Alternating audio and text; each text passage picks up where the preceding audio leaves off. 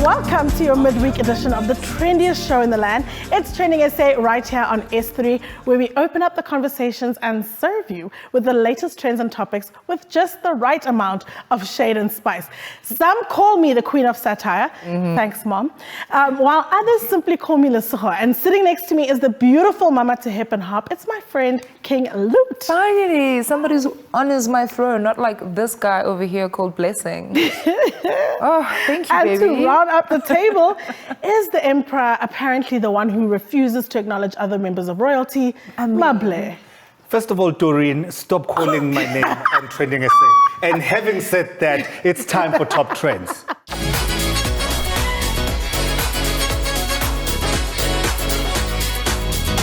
I would just like to declare my name is not Doreen, but almost a year ago, we all watched with horror at a video of the defenseless George Floyd being pinned to the floor with a knee on his neck for 9 minutes by a Minneapolis police officer, Derek Chauvin. This morning, hashtag Derek Chauvin dominated our timelines following a landmark ruling by the U.S. jury where the former police officer was found guilty on all 3 counts of charges he was facing, which included second-degree and third-degree murder as well as manslaughter.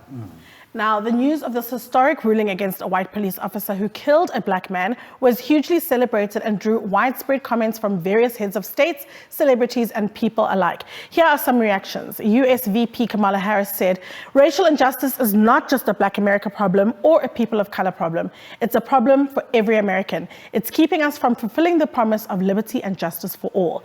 Our homegirl Mama O had this to say, "I cried tears of joy as each verdict was read. I'm grateful to the witnesses and their testimonies." And Nadine Witumi weighed in with this.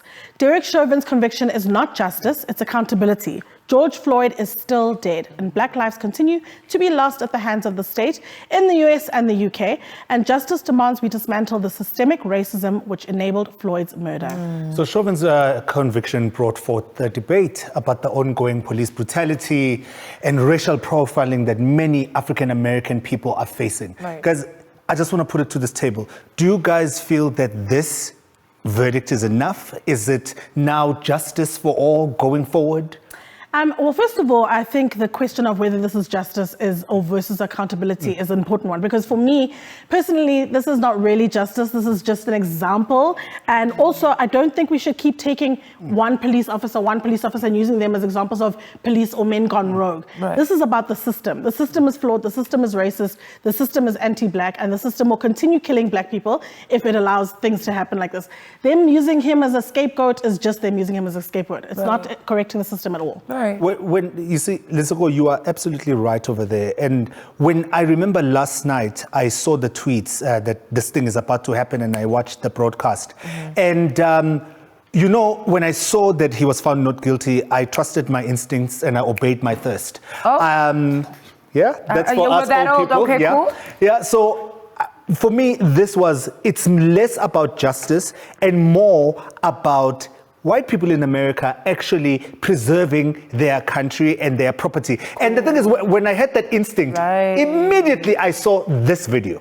And now I'm going to just get really selfish. I'm glad that he was found guilty on all charges. Yeah. Even if he might not be guilty of all charges. Oh my God. I am glad that he is guilty of all charges, because I want a verdict that keeps this country from going up in flames. You know what? I get a very, because, you know, literally the whole world is in an uproar. Everybody's upset. Everybody's not making, no one's quiet. Everybody's fighting. Everybody's screaming, say his name. There's protests all over the world. And I feel like the system that we speak of is just trying to pipe us down, just trying to manage our anger. Just give them this one. Just let them have just this one. And after this, we can continue doing what we do and are still doing right now. So I don't buy it. And I understand that it's a big moment and justice has been served. But this says I need more. Also, way more. Especially if someone dies on the same day. A teenage girl was killed on the same day. Black girl. And they've arrested, like I said, white people for doing much more. Then what is the difference? They knew that we were waiting outside that courtroom. They knew. So, according to the late Dr. Fanzil's family, there has been some alarming and false claims made in her name in an effort to harness her legacy to motivate things that she did not believe. Take a look. It says, on Saturday, the 17th of April, 2021, it was stated by the Healthcare Workers Heroes Memorial that Dr. Cindy van Zyl was an advocate of the National Health Insurance. It seems like the troops were more offended, actually, by the platform the family chose to use as a medium of communication than the actual message itself. Umnisi Sebenele had this to say, saying, kindly deactivate the account or rename it to Dr. Cindy van Zyl Foundation if you wish to open one. Otherwise, it's uncomfortable to read tweets from her account as if she's still alive. Stop it. Thank you. I don't know about that. Stop it. Like, watch your tone, watch your words. Whoa, breaks on that one. That was not it. Mulolwa Tendo came in with this. Saying so many public figures that passed on years ago have their accounts running till today. I don't see anything wrong with Dr. Cindy's family running an account, especially when talking on things that she stood for. So this clearly tough and sensitive moment for the family has sparked quite the debate. And I don't know, what do you guys think about social media accounts? Should they still active posthumously?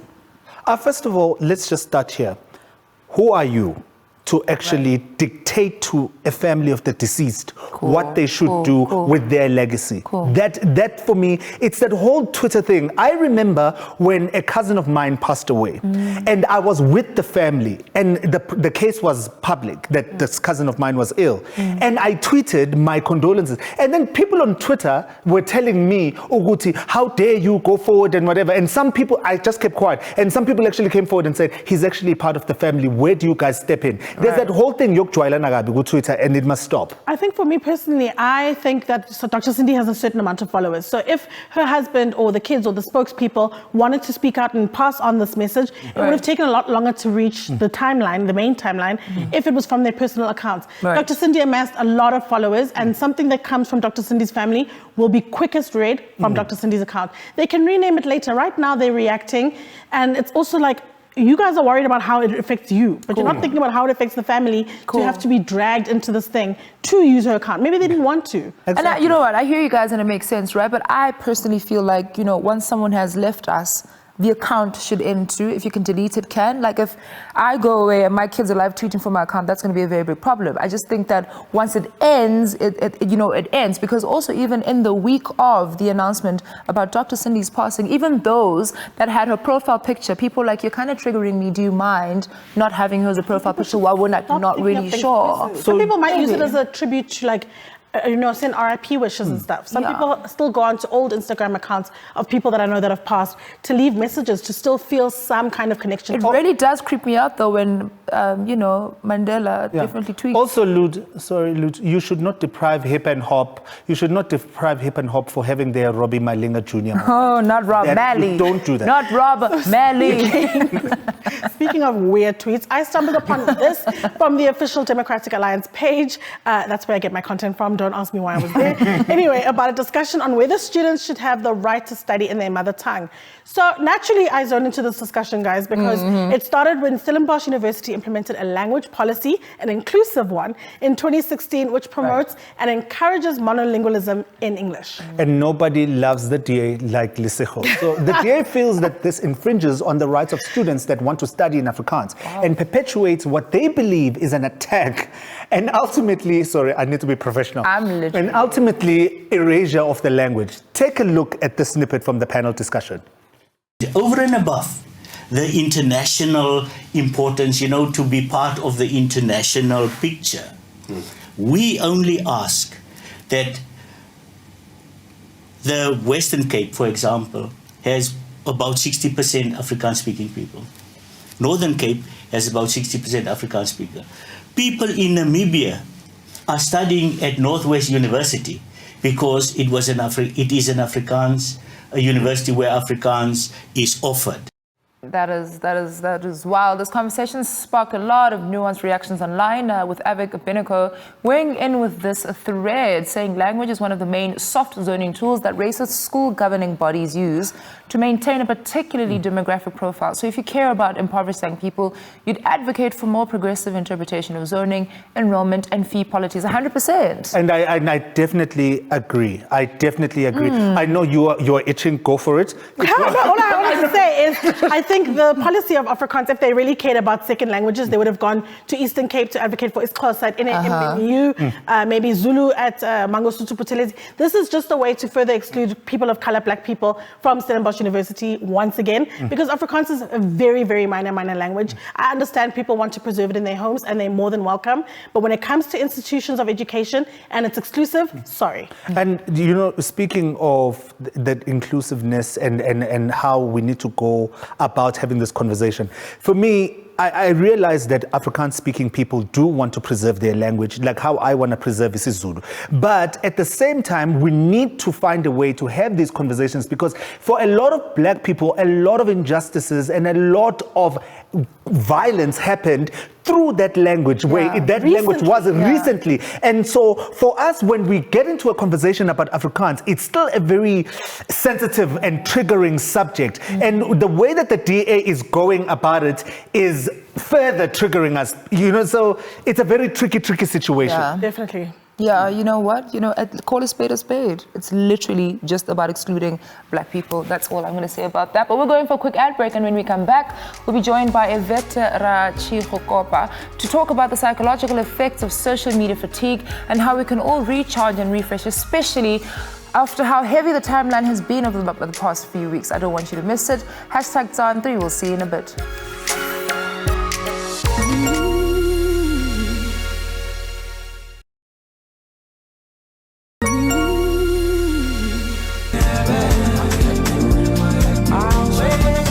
Welcome back to Hashtag Dawn. It's three formidable author, speaker, and wellness educator Yvette Ratshikhopa joins us to help us understand and unpack social media fatigue associated with information overload. She utilizes her knowledge of the consciousness together with a trained holistic approach to help us identify some of the psychological effects that social media overconsumption has had on the psyche, especially in these emotionally provoking and heightened times. Welcome, Yvette.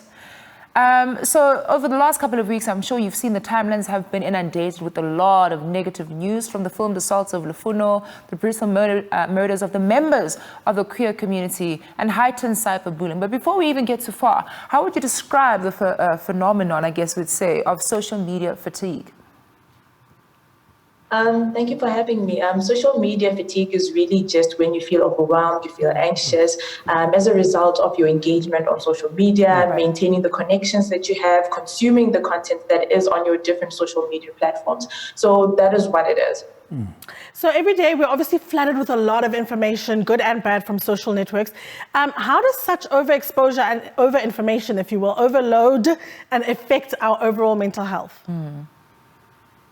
The thing is, so much different. When we take in so much different information, especially when it's negative, right? It means we get into a negative state, and that can create anxiety. And anxiety and stress release cortisol, which goes directly into your system, and that allows your body to get into like a panic mode, and you start to feel fatigued, you start to feel burnout. So many emotions come up. So really, it's quite important that you just manage your emotions as well. So the engaging on social media so much can really just create a lot of anxiety and deep sadness, especially because it's not normal to just move from like joy to sadness to anxiety because of all the different type of information that you're taking in. And Yvette, they don't tell you about the fact that it also contributes to this, that cortisol. There, it happens.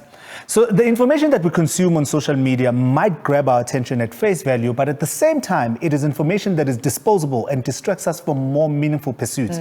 So what can we do to ensure that we sift through the information and better curate content for our own individual emotional capacities? What you can do in order to manage your content is exactly that, you know, it's really managing and selecting the content that you look at. You know, is this serving me? Look at it and ask yourself, is this serving me, right? How is it affecting me emotionally? And just have self-awareness in that regard. And then you can curate your content. Look at the people that you're following, the topics that you're following, and when you're following them. If you're in a mental state, you know, already if you're in a negative mental state already, right, it's not going to serve you to go and engage in certain topics. So self-awareness is a big part of just noticing what it is that is contributing to that. And sometimes you can also just take a step back. Okay, thank you so much, Yvette, for joining us. It was really, really insightful. So, thank you for having me. So British media personality Sharon Osbourne, who recently got fired from the hit American TV show The Talk, has decided to write a tell-all book detailing everything that transpired during her time on the show. The decision to write a book comes after she was fired over a heated on-air exchange with one of her co-hosts, where Sharon firmly defended her friend Piers Morgan's comments about Prince Harry and Meghan Markle. Take a look at this. I'm asking you again, and don't try and cry, because if anyone should be crying, it should be me. This is the situation. You tell me where you have heard him say, educate me, tell me when you have heard him say racist things. Educate me. Wow. This is actually the hill she wants to die on. Like, it's so weird. I just want to know from the table, because I'm not going to go buy that book. I don't want to read it. I just want to know from you guys, which celebrities do you wish could write a tell-all book, and what is the title of that book? Ooh, Noma Ngoma, gotta say the right thing. Yes. And the title would be Naked, stemming back from the time of that very controversial video that we all saw and quoted quite a couple of times. Imagine to her moments, you know. Imagine this thing in your mouth. 100%. Hence Naked. To her, I guess her bit of drama right now with, not right now, but recently with Buhle as well. So I think it would be a very interesting story. Tell us why you didn't testify. Thank you. We also want to know. I want to know. My book would be a collection of short stories from all the experiments, so aptly put it, that have left the DA, and it would be called The Experiment, telling us about when you go to Harvard, when you fly off the shelf. I want to read it. Actually, guys, if you're watching, which I know you are, Herms, please get this book on the shelf. Just call it not Herms. Herms, my boy. My boy. My book would be written by the incomparable General Bantu Holomisa. It will be called I Birthed Them All. We can't finish it. We can't finish. Yeah, we can't say that. Because they all used to go and hide at his place during the struggle, and he knows all their stories. And I want to hear how, I think it was Blade Ogwete who actually, I'm telling a license. And he said, no license. So I want all of those stories. Yeah. Okay, so the books, again, just in order, just so we can refresh the view. Noma Ngoma, Naked. Naked. The Experiment by The Experiments. But to Holomisa, I birthed them all. Okay, speaking of birth, don't go anywhere. Don't go anywhere, because when we come back, us experiments will be joined by Dr. Bay to give you some medical advice in our Ask Dr. Khanyile feature, brought to you by our BFFs at Vodacom in their Further Together brand refresh. See you in a bit. The Experiment.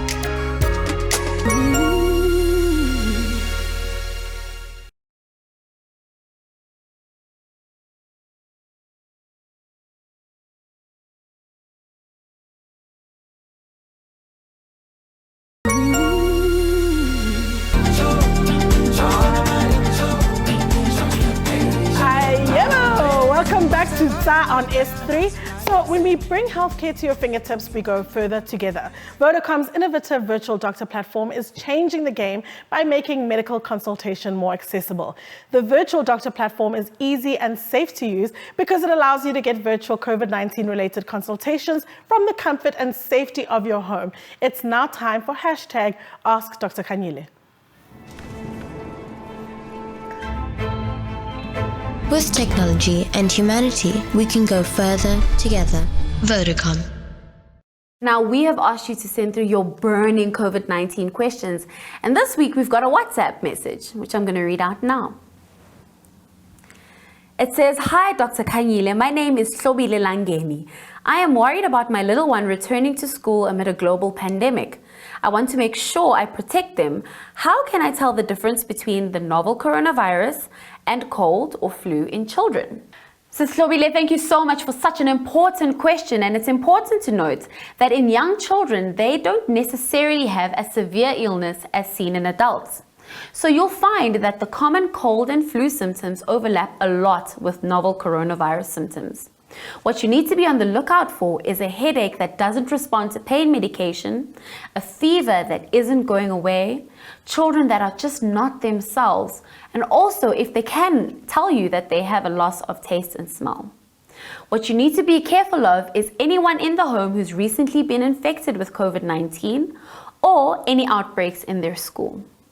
It's important to look out for all of these things, and if you're worried about anything, please contact the Virtual Doctors platform brought to you by Vodacom.